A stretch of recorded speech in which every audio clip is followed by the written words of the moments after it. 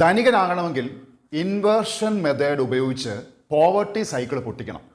അതായത് ഒരു മനുഷ്യനെ സംബന്ധിച്ച് ആ വ്യക്തിക്ക് ധനസമ്പാദനം എന്ന് പറയുന്ന ആ ഒരു പ്രോസസ്സിലേക്ക് കടക്കണമെങ്കിൽ ഇൻവേർഷൻ മെത്തേഡ് അല്ലെങ്കിൽ ഇൻവേർഷൻ ടെക്നിക്കാണ് ഉപയോഗിക്കേണ്ടത്.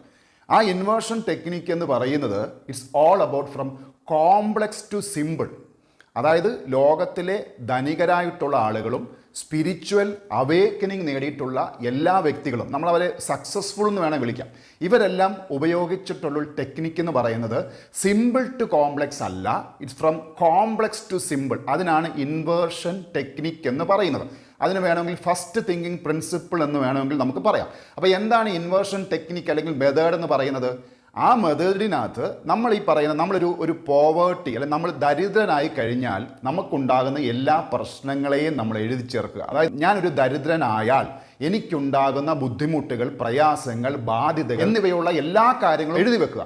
ഇത് എഴുതി വെച്ച ശേഷം ഇതെങ്ങനെ, ഇതിൽ നിന്ന് മോചിതനായാൽ എനിക്കുണ്ടാകുന്ന സന്തോഷങ്ങൾ എന്തൊക്കെയാണെന്ന് കണ്ട ശേഷം അത് എങ്ങനെ പ്രായോഗികമായി കൊണ്ടുവരാം എന്നുള്ളതാണ് ഇൻവേർഷൻ ടെക്നിക്ക് എന്ന് പറയുന്നത്. അതായത് പോവർട്ടി സൈക്കിൾ നമുക്ക് പൊട്ടിക്കണമെങ്കിൽ we have to use the inversion, അതായത് അതിൻ്റെ റിവേഴ്സ് ടെക്നിക്ക് എന്നാണ് പറയുന്നത്.